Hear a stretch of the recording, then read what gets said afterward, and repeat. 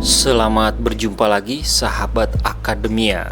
Dengan saya Dodi Oktarino. Semoga Anda dalam keadaan sehat dan telah meraih apa yang menjadi impian Anda. Sahabat, saya pernah ditanya oleh seorang teman tentang bagaimana cara membagikan keuntungan dari badan hukum yayasan.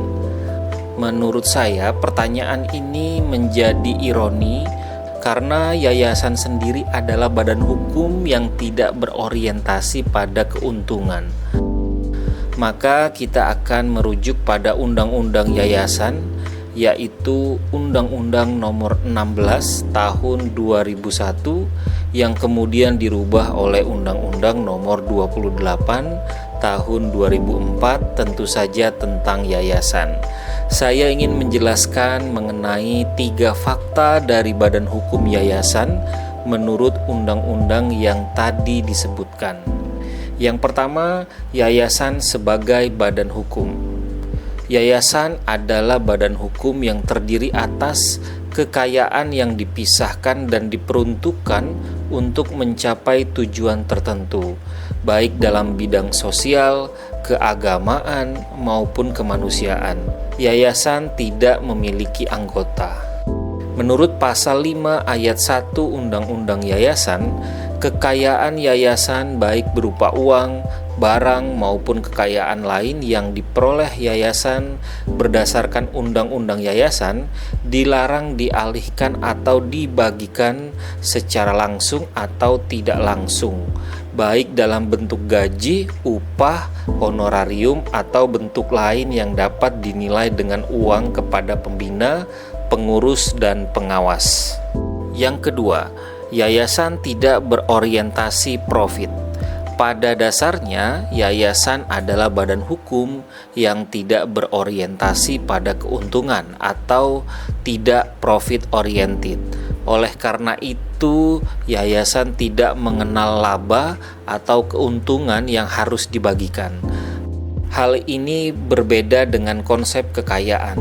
Yayasan memang tidak mengenal keuntungan, namun bukan berarti yayasan tidak memiliki kekayaan.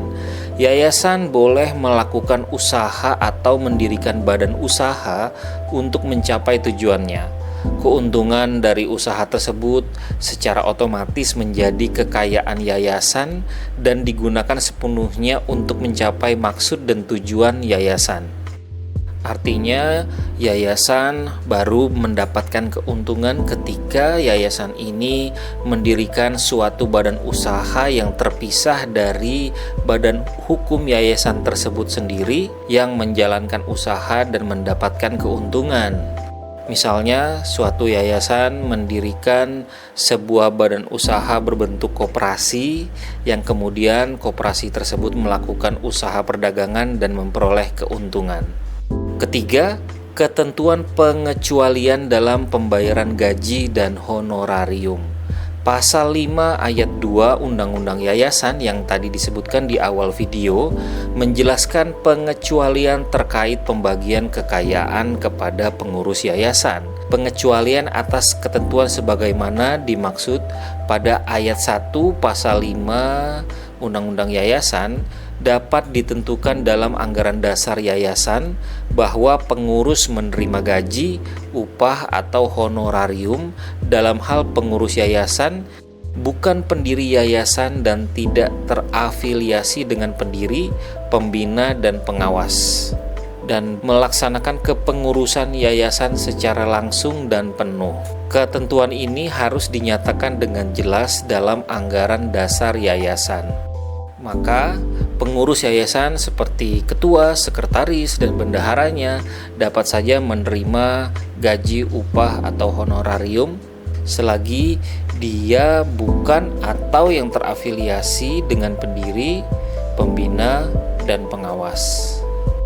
Maka kesimpulannya, yayasan tidak membagikan keuntungan, namun boleh membagikan kekayaan dalam bentuk gaji atau honor hanya kepada pengurus yang bukan pendiri dan tidak terafiliasi dengan pendiri, pembina, dan pengawas. ketentuan mengenai gaji dan honorarium harus diatur dalam anggaran dasar yayasan. Demikian, semoga bermanfaat.